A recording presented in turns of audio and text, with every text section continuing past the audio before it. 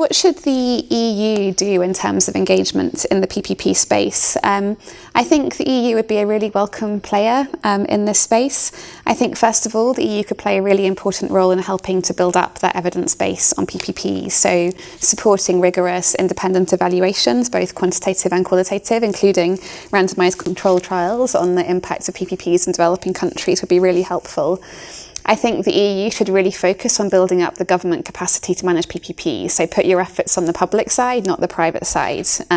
Make sure that governments are able to hold transparent commissioning processes and so on. I'd suggest the EU doesn't pick winners, but rather instead invests in the process and the governance structures and really puts its money on the public side of the public-private partnership.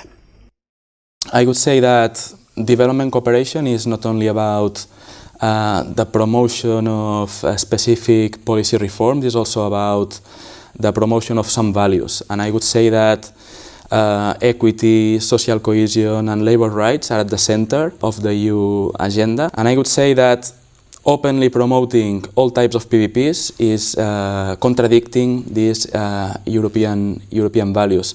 So I think that before trying to promote PPPs in education, the EU, in a very similar way than UNESCO, should try to fix the public education system, should try to strengthen the regulatory role of the state in education, but also the role of the state as an educational provider. I think that these should be the priorities of the EU, and of course, doing these things in developing countries can be done in a partnership with other public and, let's say, non-state actors like universities, local NGOs, international donors.